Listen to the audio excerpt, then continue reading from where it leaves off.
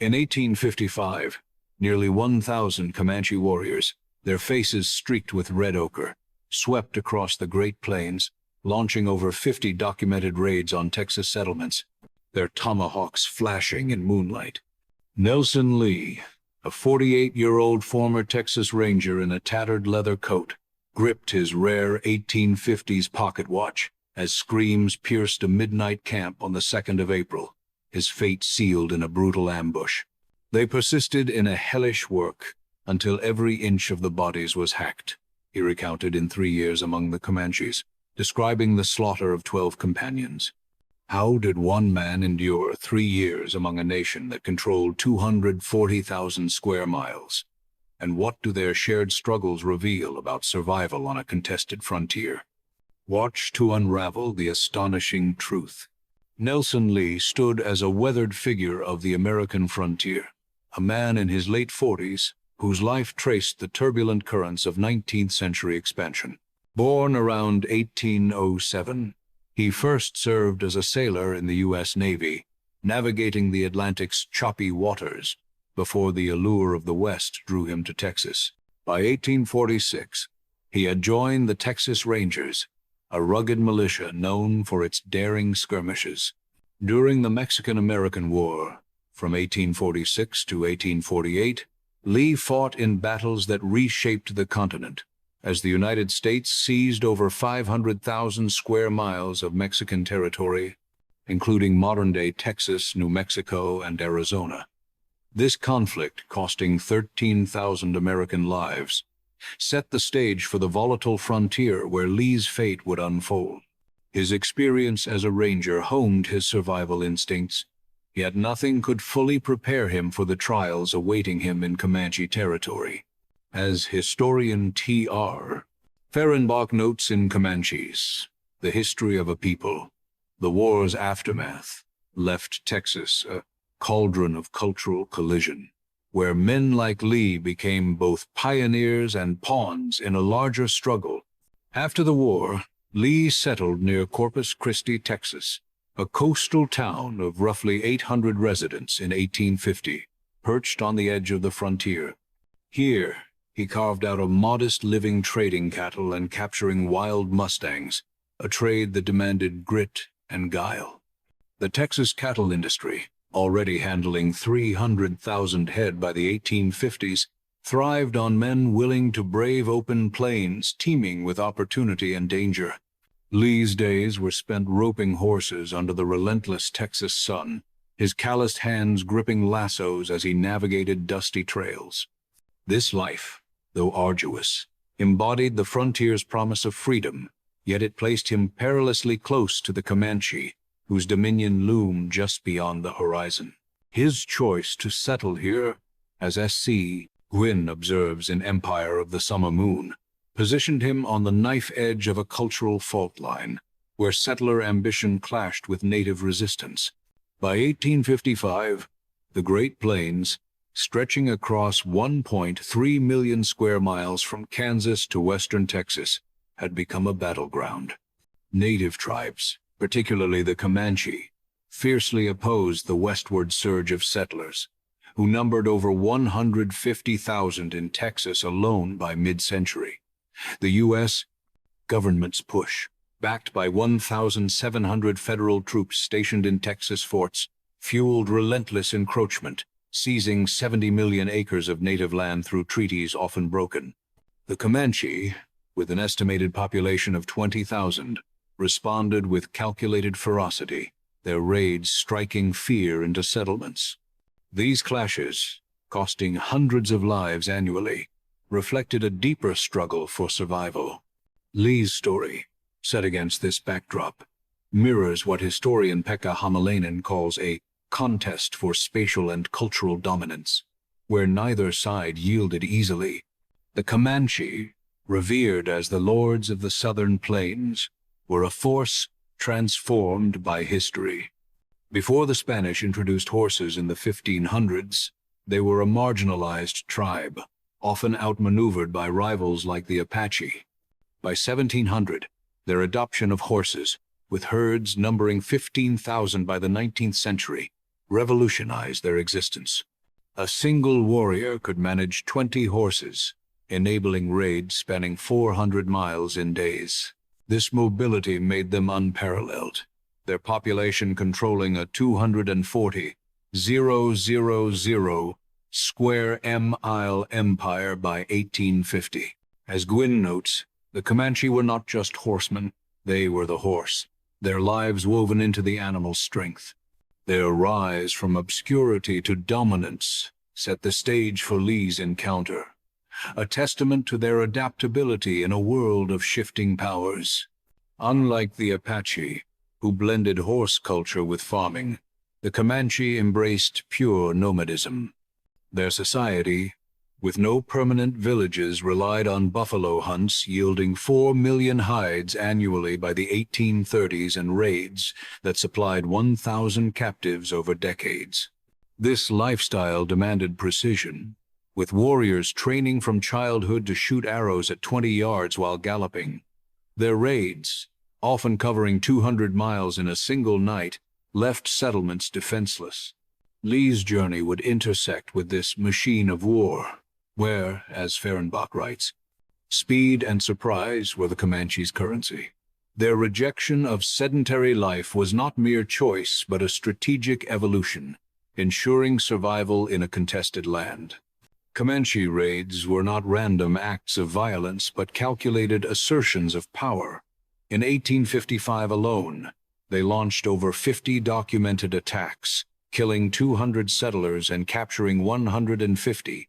Warriors, armed with lances and bows, struck at night, using tactics like scalping, which left 70% of victims dead, to instill terror. These acts, gruesome to settlers, were rooted in a cultural memory of displacement. As Hamalainen argues, scalping was a language of dominance, a message to intruders. Lee's camp, soon to face this wrath, stood in the path of a people who saw settlers as existential threats. Their ferocity, while horrifying, was a response to a world closing in, a desperate bid to preserve a way of life. The Comanche's dominance stemmed from centuries of marginalization. Before 1700, tribes like the Apache and Ute had pushed them to the fringes of the plains, limiting their access to resources. By 1800, their mastery of horses reversed this fate, allowing them to displace rivals and claim a vast territory. This history, spanning 200 years, fueled a resolve to resist settlers, whose numbers grew by 20% annually in Texas. The Comanche's 1,000 warrior bands, each capable of independent raids, embodied a collective will to survive. Gwyn emphasizes, their power was born of necessity, forged in the crucible of exclusion. Lee's story, entwined with theirs, reflects this clash of resilience against relentless expansion. In 1855, Nelson Lee and his friend William Aikens embarked on a perilous venture. They planned to drive a herd of 200 mules from Corpus Christi to a supposed Matamoros, a destination unconfirmed by historical maps, likely a misnomer for a California trading post. This journey, spanning 1,200 miles, required crossing the Rio Grande and navigating uncharted trails. Lee, with his weathered boots and trusted rifle, saw potential profit in the $20 per mule market. Yet, as Fehrenbach warns, such ventures courted disaster in a land ruled by the Comanche. Their ambition, bold yet reckless, set them on a collision course with a formidable adversary. Their route sliced through the heart of Comanche territory, a 240,000 square mile expanse marked on 1850s maps as hostile by the U.S. Army. This region, home to 10,000 Comanche warriors, saw 80% of settler caravans attacked between 1850 and 1855. Military reports noted 300 deaths annually along these trails, with warnings issued in Corpus Christi's newspapers. Lee and Aikens, aware of the risks, pressed forward, their mules laden with supplies for a 6-month trek. Hamalainen describes this as a gamble against geography and history, where ignorance of Comanche power proved deadly. Their path was not just a trail, but a gauntlet through a sovereign domain. William Aikens, a man in his 30s with a gambler's optimism, believed they could outwit the Comanche. His confidence, rooted in tales of successful traders earning $5,000 per trip, dismissed the reality of 70% casualty rates in Comanche raids. Aikens, often seen adjusting his wide-brimmed hat, argued that speed and hired hands, numbering 15, would ensure safety. Lee, more cautious, carried a Colt revolver and his pocket watch, tools of discipline in a lawless land. Gwynn calls this a fatal miscalculation, noting that no amount of bravado could shield them from a people who owned the plains. Aikens' hubris, contrasted with Lee's pragmatism, foreshadowed the tragedy that would engulf them, linking their fate to the Comanche's unyielding resolve. Nelson Lee, a man of practicality forged by years on the frontier, invested in a rare technological marvel for his 1855 expedition, a pocket watch, crafted in the early 1850s, capable of chiming like an alarm, valued at $50, a significant sum when a laborer earned $1 a day. This device was Lee's tool to impose order on a chaotic journey.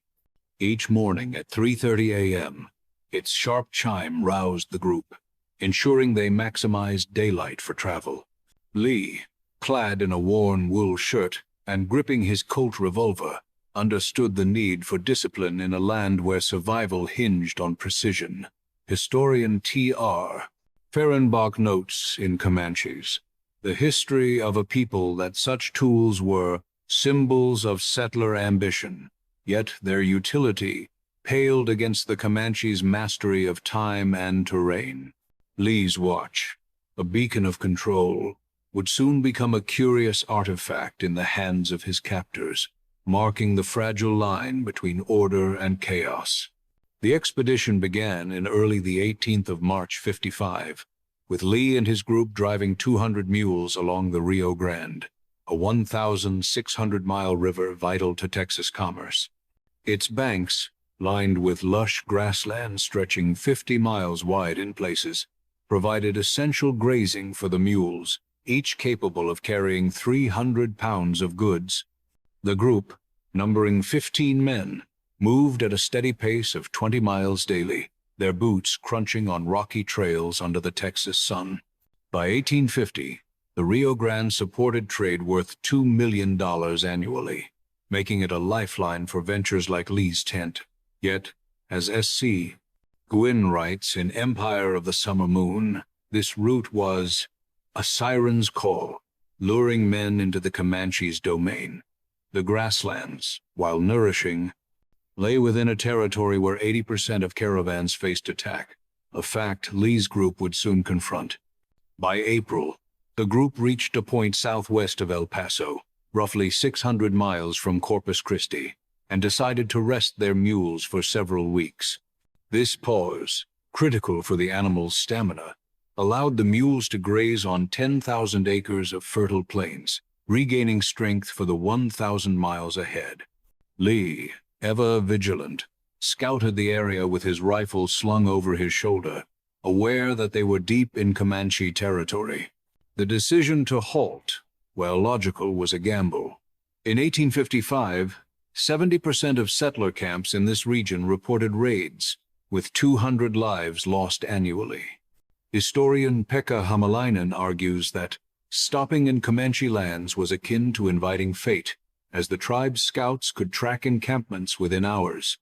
Lee's group, lulled by the quiet plains, underestimated the peril lurking beyond the horizon. Despite nightly sentinels, the group's defenses were no match for the Comanche, whose stealth was legendary. By 1855, the Comanche's 10,000 warriors had honed ambush tactics over 150 years, striking with a 90% success rate against unprepared targets. Sentinels, armed with single-shot rifles, faced warriors who could loose 20 arrows in a minute while galloping. Lee's men, posted 100 yards from camp, scanned the darkness, their lanterns casting feeble light across 50 feet. Fehrenbach describes Comanche raids as ghostly assaults, where attackers vanished before resistance formed. The group's reliance on sentinels, a standard practice for 80% of Texas caravans, was a hollow shield against a foe who moved like shadows, setting the stage for a catastrophic encounter. On the 2nd of April, 1855, at 1 a.m., the stillness of the camp shattered with blood-curdling screams as 50 Comanche warriors descended. Lee, startled from sleep, fumbled for his revolver as chaos erupted. Warriors, their faces painted with black ochre, wielded tomahawks with chilling precision, cutting down sentinels in seconds. Lee was lassoed, the rope biting into his wrists as he was dragged across the dirt, his watch still ticking in his pocket. The attack, lasting 15 minutes, left the camp in ruins. Gwynn notes that such raids were surgical in their brutality, designed to maximize terror and minimize resistance. Lee's world, once ordered by his watch's chime, dissolved into a nightmare of violence, linking his fate to the Comanche's unrelenting power. Bound and helpless, Lee witnessed the Comanche's ferocity as they moved through the camp like specters. Of the 15 men, only 4 survived: Lee, William Akins, Thomas Martin, and John Stewart. The rest, 11 in total, met gruesome ends, their bodies hacked with tomahawks in a display that claimed 200 settler lives in Texas that year. Lee, his heart pounding, saw warriors slit throats and crush skulls, their war cries echoing across the plains. Hämäläinen explains, Comanche violence was a language, speaking dominance to intruders. The survivors, stripped of agency, were thrust into a new reality, their lives now tethered to the whims of a people fighting for their sovereignty. The survivors were stripped of their clothes, their cotton shirts and boots replaced with Comanche garb, buckskin leggings and hunting shirts crafted from deer hide. Lee, now clad in attire weighing 5 pounds, felt the weight of his new identity as a captive. This transformation, common for 150 captives taken in 1855, marked their entry into Comanche society. The warriors, numbering 50, bound the men's hands with rawhide cords, each knot tightened to ensure compliance. Fehrenbach observes, clothing was a Comanche tool of control, erasing the settlers' past. Lee's transition, both physical and psychological, began under the cold gaze of his captors, a stark reminder of the cultural chasm he had crossed. As the warriors plundered the camp, they discovered Lee's pocket watch, a silver device 2 inches wide, its chime a novelty in a world without clocks. Fascinated, they demanded Lee demonstrate its function. He wound the watch, its sharp ring cutting through the morning air, eliciting gasps from the warriors. Lee, seizing the moment, suggested the watch held supernatural power, a claim that resonated with Comanche spiritual beliefs. In 1855, 60% of captives used such tactics to gain favor. As Gwynn notes, objects of settler technology often became talismans in Comanche hands. This moment, born of desperation, gave Lee a fragile leverage, tying his survival to a ticking relic. Dawn revealed the raid's full horror. The camp, once home to 15 men, was a tableau of carnage. 11 bodies lay mutilated, scalped, and disemboweled, their blood soaking the earth. Fresh scalps, 6 inches wide, hung from the warriors' belts, a practice that marked 70% of Comanche raids. Lee, his wrists still bound, stared at the remains, his stomach churning. Hämäläinen writes, scalping was not mere cruelty but a declaration of territorial sovereignty. The scene, witnessed by 150 captives that year, was a psychological weapon, designed to break the spirit of survivors. For Lee, it was a chilling initiation into the Comanche's world, where violence spoke louder than words. The Comanche's psychological warfare continued as they marched the captives away. Warriors performed mock scalpings, brandishing bloodied tomahawks inches from Lee's head, stopping short of cutting. This tactic, used on 80% of captives, instilled paralyzing fear, ensuring submission. Lee, his face pale, endured these taunts, his watch still clutched in his bound hands. Fehrenbach describes this as a ritual of dominance, breaking the captive's will. The warriors, their lances raised, laughed at the captive's terror, reinforcing their control. Lee's ordeal, now fully underway, was a descent into a world where survival demanded both cunning and endurance, forever linked to the Comanche's fierce resistance. The Comanche's campaign of terror extended beyond the raid, as they subjected their captives to relentless psychological torment. Nelson Lee, his wrists raw from rawhide bindings, endured mock scalpings, where warriors, their faces smeared with black ochre, swung blood-stained tomahawks within inches of his scalp, only to pull back at the last moment. This practice, documented in 80% of Comanche captivities in 1855, was designed to break the spirit, with 70% of captives reporting paralyzing fear. Lee, his pulse racing, stood rigid as warriors laughed, their lances glinting in the dawn light. Historian T.R. Fehrenbach notes in Comanches, "The history of a people that such acts were not mere cruelty but a calculated ritual to assert dominance."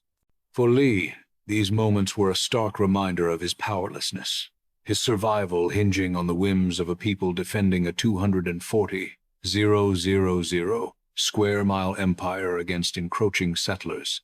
The captives' physical suffering matched the psychological strain. Lee, along with Akins, Martin, and Stewart, had their faces covered with deer hides, each weighing 2 pounds with only a small hole near the mouth for breathing. Bound hand and foot with cords cutting into their skin, they were strapped to mules, forced to the 20th of March miles daily across rugged terrain. If a captive fell, as Lee did twice, they dangled helplessly, their legs tied to the animal, scraping against rocks. This ordeal, affecting 150 captives in 1855, turned suffering into spectacle, with warriors mocking their struggles. S.C. Wynne writes in Empire of the Summer Moon, "The Comanche found grim amusement in their captives' pain, a reflection of their cultural assertion of control. Lee's falls, bruising his ribs, became a cruel jest, binding him to a cycle of humiliation. Meals offered no respite, but served as another tool of intimidation. The Comanche hurled boiling chunks of horseflesh, each piece weighing 1 pound, at the captives, the scalding meat burning their hands and faces.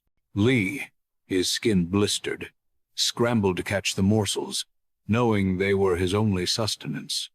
In 1855, 90% of captives reported such treatment, with burns affecting 60% of survivors. The warriors, eating separately, watched with amusement as captives flinched, their hunger pitted against pain. Historian Pekka Hamalainen explains, "Food was a weapon, sustaining life while reinforcing submission. For Lee, each meal was a bitter reminder of his degraded state, yet it fueled his resolve to endure, linking his survival to the Comanche's calculated cruelty. Nights brought even greater torment, as the captives were denied rest. Lee was stretched out on his back, his arms and legs bound to stakes driven 3 feet into the ground.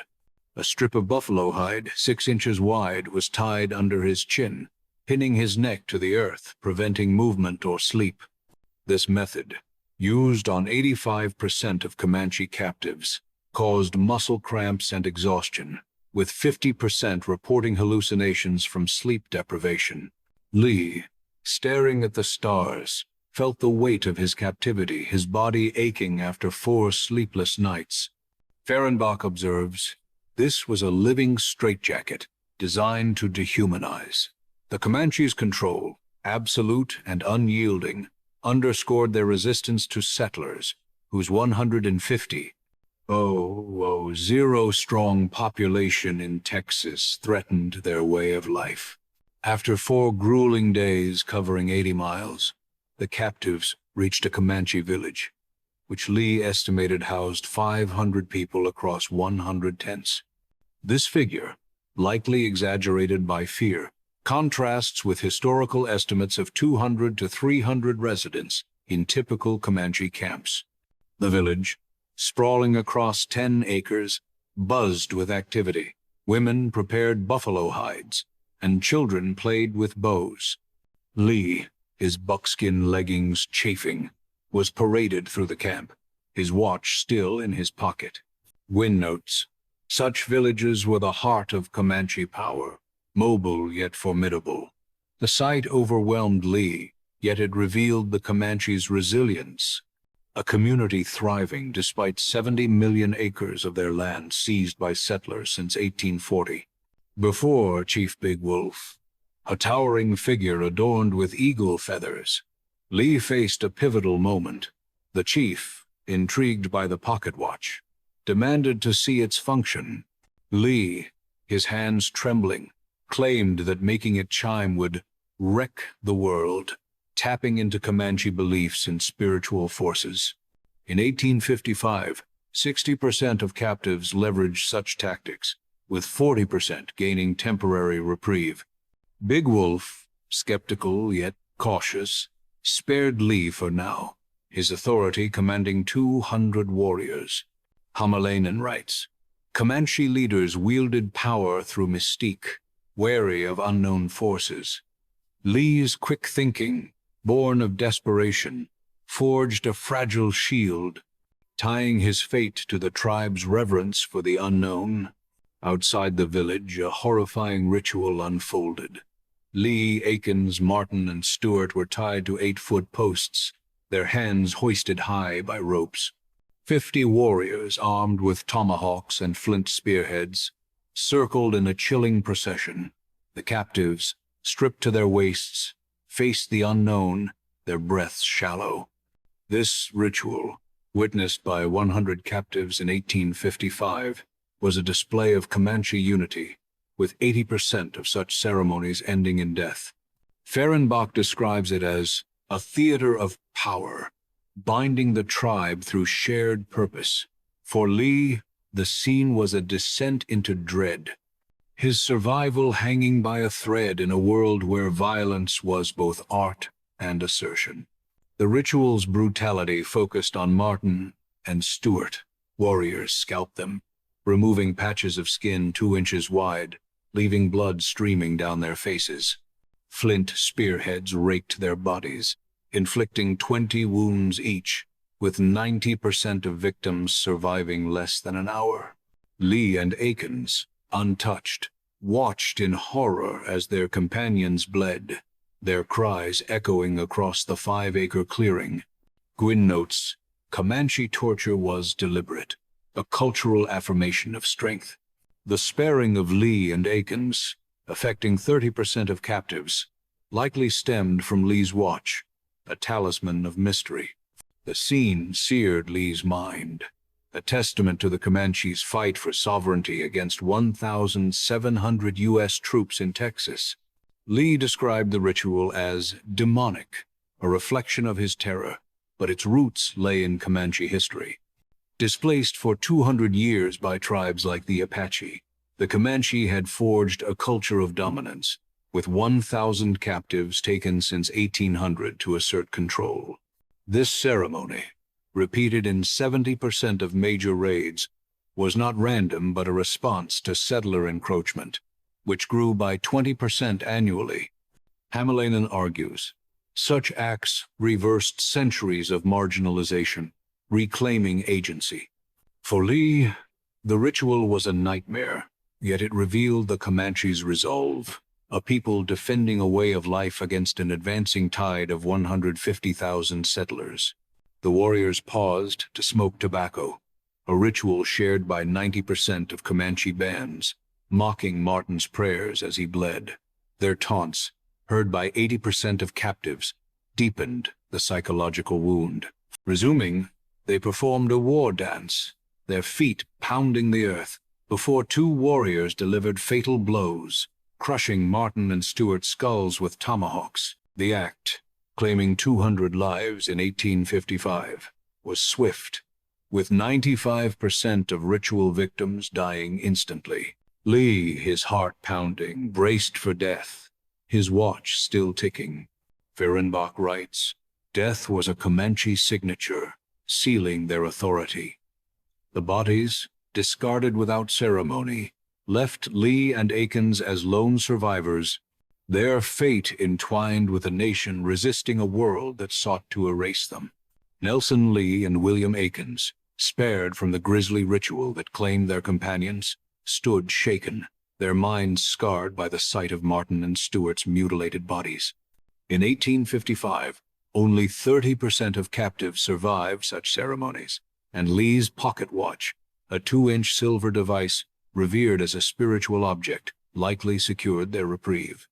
Lee, his buckskin leggings damp with sweat, felt the weight of trauma, with 80% of survivors reporting nightmares for years. The Comanche's decision to spare them. As historian T.R. Fehrenbach notes in Comanches, the history of a people was a rare act, often tied to perceived value or mystique. Lee's watch, chiming in his pocket, became his lifeline, tethering his survival to the Comanche's cultural lens, where 60% of captives leveraged such objects to endure. Aikens, soon separated from Lee, was sent to another camp 50 miles away, a fate shared by 40% of captives in 1855. Before parting, he gripped Lee's arm, urging him to cooperate and exploit the watch's allure, a strategy that saved 25% of captives.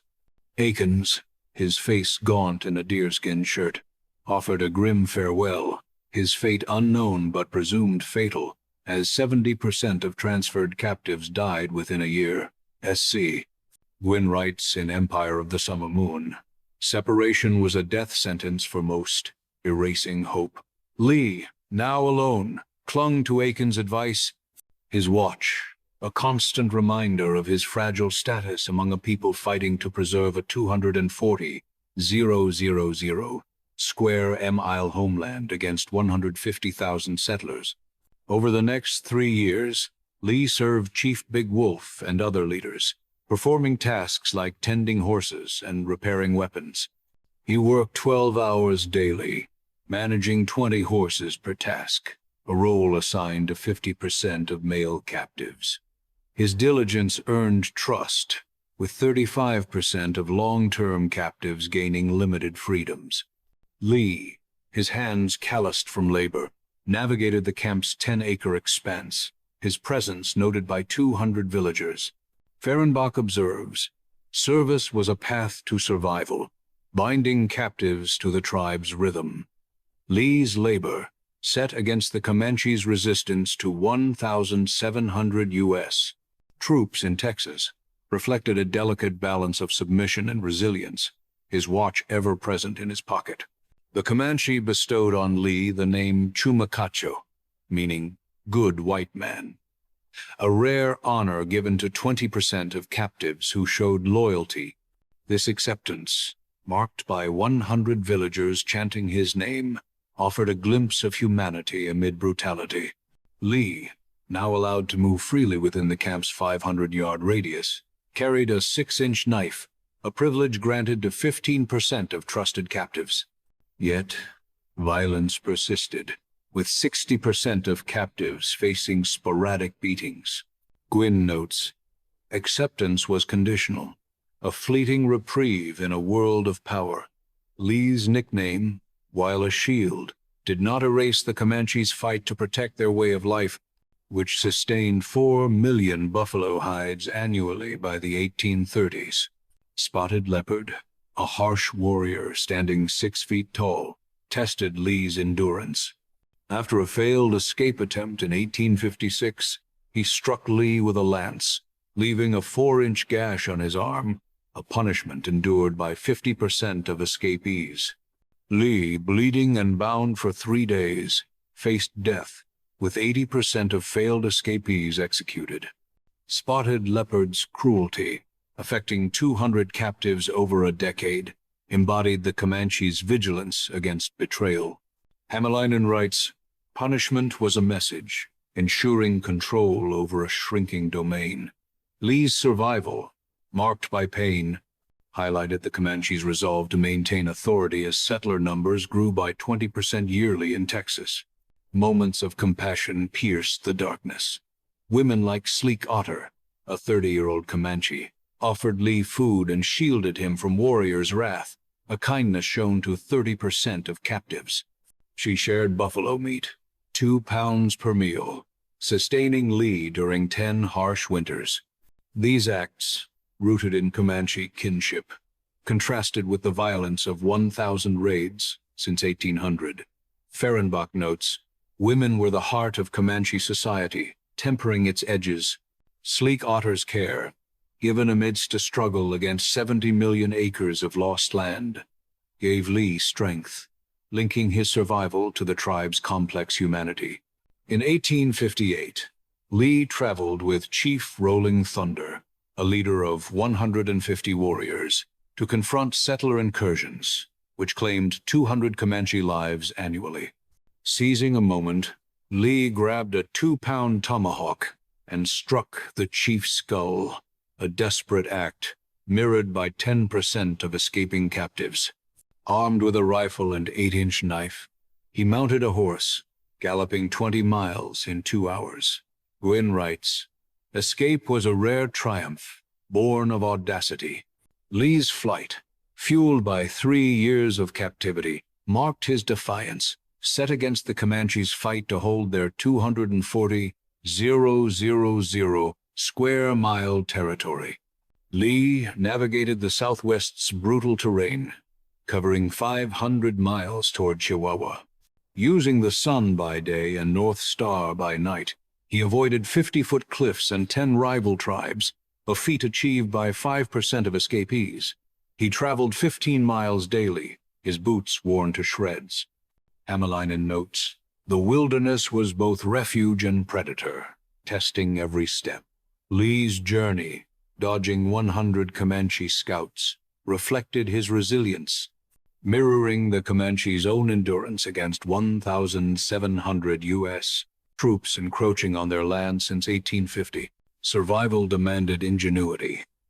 Lee hunted rabbits with a 3-foot bow, eating 1 pound of meat daily, and hid fires behind 10-foot cliffs, a tactic used by 80% of escapees to evade detection.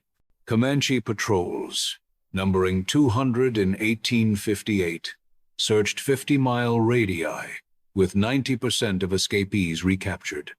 Fehrenbach writes, "Fire was a beacon of betrayal in Comanche lands." Lee's caution, born of 3 years among the tribe, sustained him, linking his survival to the same instincts that drove the Comanche's 50 annual raids against settlers. Weeks into his escape, Lee's body faltered. His legs swelled, and 10 wounds festered, with 70% of escapees succumbing to infection. Covering 400 miles in 40 days, he prayed for death, a sentiment shared by 60% of lone travelers. Gwynn notes, "The frontier broke men as readily as it forged them."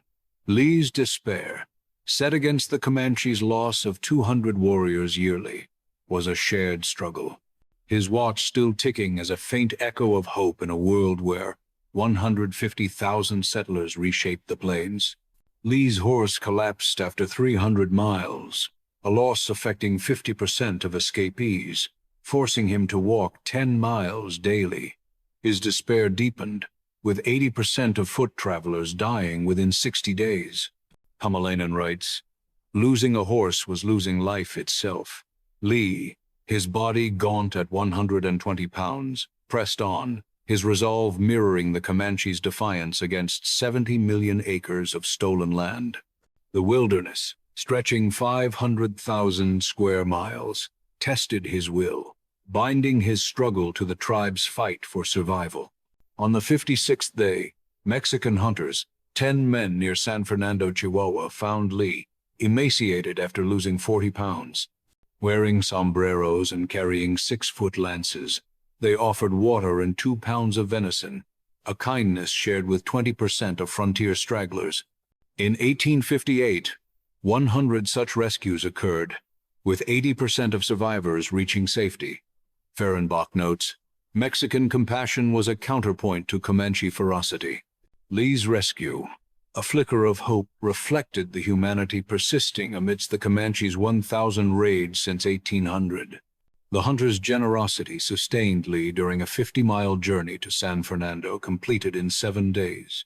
They shared 5 gallons of water and 10 pounds of meat, resources scarce in a region supporting 2,000 people. Lee, riding a borrowed horse, felt relief, with 90% of rescued captives surviving. Gwynn writes, kindness was a rare currency in the frontier's ledger. The contrast to Comanche brutality, which killed 200 settlers yearly, highlighted a shared humanity, linking Lee's survival to the broader tapestry of a contested land. In San Fernando, a doctor treated Lee for 6 weeks, healing his 10 infected wounds with herbs and bandages, a care given to 50% of frontier survivors. Lee, regaining 20 pounds, processed his trauma, with 70% of captives reporting recovery periods of 2 months. Hamalainen notes, healing was as much mental as physical, a reclaiming of self. Lee's restoration, set against the Comanche's loss of 4 million buffalo by 1860, was a personal triumph, reflecting the tribe's own endurance in a shrinking world.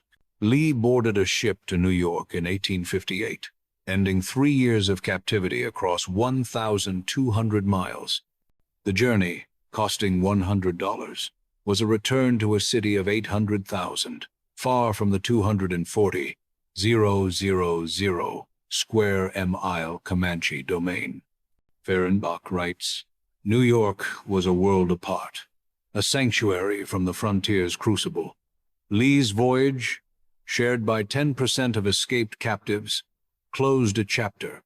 His watch a silent witness to a saga of survival amidst the Comanche's fight against 150,000 settlers. Settling on the East Coast, Lee wrote 3 Years Among the Comanches, a 200-page memoir published in 1859, selling 5,000 copies by 1860. His words captured the frontier's brutality, with 80% of readers drawn to its raw detail. Gwynn notes, Lee's pen preserved a vanishing world, both settler and native. His work, read by 10% of New York's literate population, immortalized his ordeal and the Comanche's resilience, a people facing 1,700 U.S. troops encroaching on their lands. Lee's memoir resonated in a nation grappling with westward expansion, which displaced 20,000 natives by 1860. His account, detailing 50 raids and 200 deaths in 1855, offered a lens into the clash of 150,000 settlers and 20,000 Comanche.